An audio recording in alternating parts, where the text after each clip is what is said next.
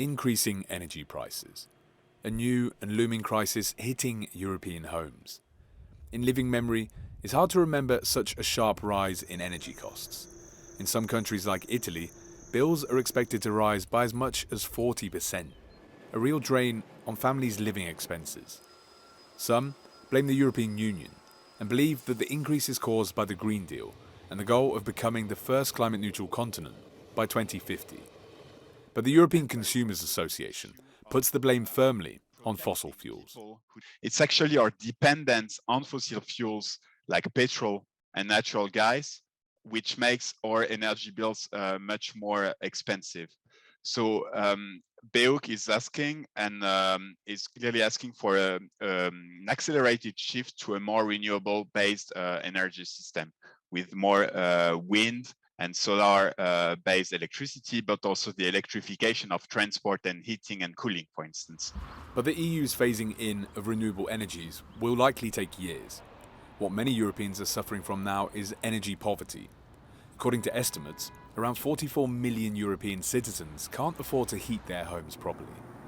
The European Commission is currently working on the creation of a so-called climate social fund, but other solutions could already be implemented. So there's the so-called Clean Energy Package from 2019, which foresees exactly this kind of provision. There's a possibility to protect consumers against high energy prices, especially the so-called vulnerable consumers.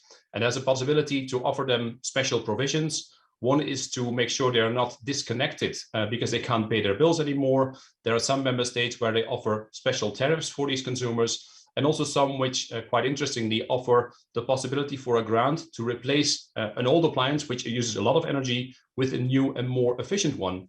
Carlo Andrea Bollino, a professor of economics at the University of Perugia, says Brussels has been too weak on the issue of energy security. Having